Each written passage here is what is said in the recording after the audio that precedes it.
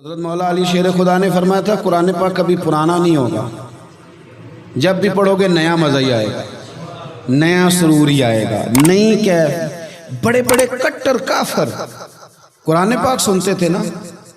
ایک دن عتبہ کہنے لگا ابو جہل سے اور دیگر لوگوں سے کہ بڑی ہو گئی لڑائی، بڑی ہو گئی بحث، اس طرح کرتا ہوں میں جا کے نہ تو محمد ابن عبداللہ صلی اللہ میں جا کے بات کرتا ہوں حضور سے۔ عتبہ آ گیا، کہنے لگا میں مذاکرات کرتا ہوں۔ صاحب نے کہا چل تو سیاںہ آدمی ہے، سمجھدار ہے، چلا جا۔ جا کے نہ تو وہی باتیں جو وہ ہمیشہ کرتے تھے۔ نبی کریم علیہ السلام سے کہنے لگا ہم سارے آپس میں ہیں، برادری ہے، قبیلہ ہے، ایک شہر ہے، پھر بھی لڑائیاں شروع ہو گئی ہیں۔ جو آپ کا کلمہ پڑھتے ہیں وہ الگ ہو گئے، جو ہمارے معاذ اللہ طریقے پہ ہیں وہ الگ ہیں، تو کوئی بات چیت نہ کر لیں بیٹھ کے۔ تو حضور نے فرمایا کرو نا۔ کہنے لگا اگر آپ سرداری چاہتے ہیں تو ہم دیتے ہیں، اور اگر آپ مال و دولت چاہتے ہیں تو معاذ اللہ ہم دیتے ہیں، جو آپ کہتے ہیں ہم کرتے ہیں۔ کسی طرح کا بھی آپ کا مطالبہ ہے تو ہم پورا کرنے کو تیار ہیں، تو آپ بتا دیں ہم وہ کر دیتے ہیں۔ وہ بڑی اس نے لمبی چوڑی تقریر کی، جتنی آفریں گنا سکتا تھا گنوائیں۔ کریم خاموش رہے۔ جب اس کی بات پوری ہو گئی تو حضور فرمانے لگے میں بھی کچھ بولوں۔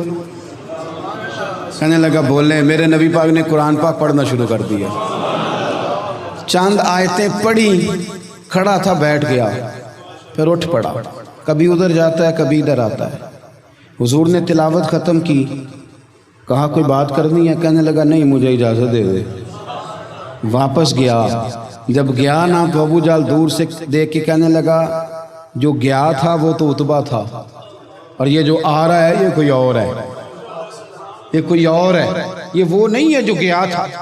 واپس آیا تو کہا کیا طے ہوا؟ کہنے لگا یار طے کیا کرنا ہے، میں نے شاعر بھی دیکھے، کاہن بھی دیکھے، جادوگر بھی دیکھے، میں نے زمانہ گھوما ہے، پر جو قرآن وہ پڑھتے ہیں وہ بندے کا کلام نہیں، وہ رب کریم کا ہی کلام ہے، وہ اللہ کا کلام ہے۔ تم نہیں مقابلہ کر سکتے، تم باز آ جاؤ، وہ تمہارے بس کی بات نہیں۔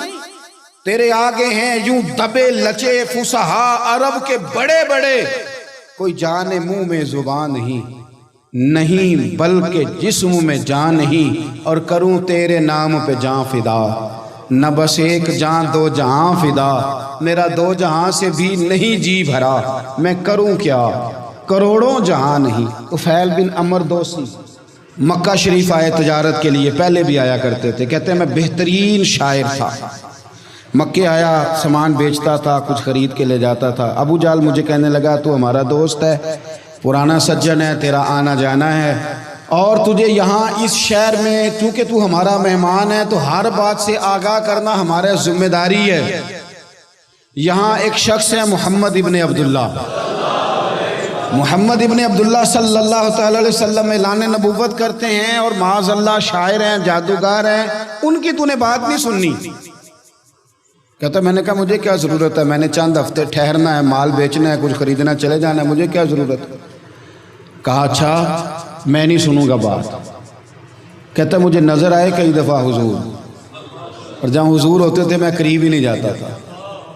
کہتے ہیں ایک دن نا حرم شریف میں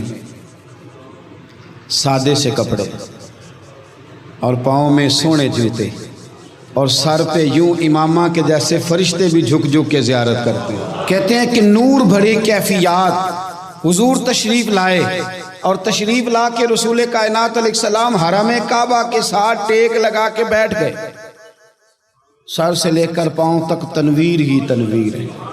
حضور تشریف فرما ہوئے، قرآن پاک پڑھنے لگے۔ میں جب حضور کے قریب سے گزرتا تھا تو کانوں میں روئی دے کے گزرتا تھا، پر طفیل کہتے ہیں آج نا تھوڑی سی آواز میرے کانوں میں گئی، قرآن پڑھا محبوب نے۔ اور ویسے بھی کیا کمال ہوگا جب یاسین والے نبی خود یاسین پڑھتے ہوں، جب طٰہٰ والے نبی اپنی زبان سے طٰہٰ کی تلاوت کرتے، وَالضُّحَىٰ وَاللَّيْلِ إِذَا سَجَىٰ جن کے بارے میں آیا جب وہ تلاوت کرتے ہوں، الم نشرح لک صدرک جن کے سینے کی تعریف اللہ نے کی، جب وہ ان آیتوں کی تلاوت کرتے ہوں گے تو کیا شان ہوگی۔ جن کو رب کہے وَلَسَوْفَ يُؤْتِيكَ رَبُّكَ فَتَرْضَىٰ حبیب تجھے اتنا دوں گا کہ تو راضی ہو جائے گا۔ تو جب حضور خود یہ آیتیں پڑھتے ہوں گے تو انداز کیا ہوتا ہوگا۔ کہتے ہیں وہ تھوڑی آیتیں سنی پر قربان جائیں میرا تو کوئی دل ہی بدل گیا۔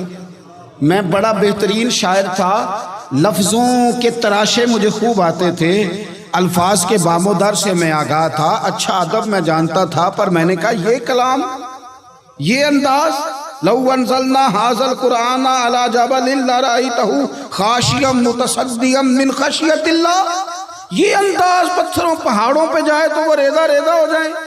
کہتے ہیں تھوڑا سا پڑا قریب نے اور پھر نظریں جھکائے ہوئے حضور اپنے گھر گئے، سرکار چلے تو میں پیچھے پیچھے، حضور گھر میں چلے گئے تو میں نے دروازے پہ دستک دی، باہر آئے، سلام لی.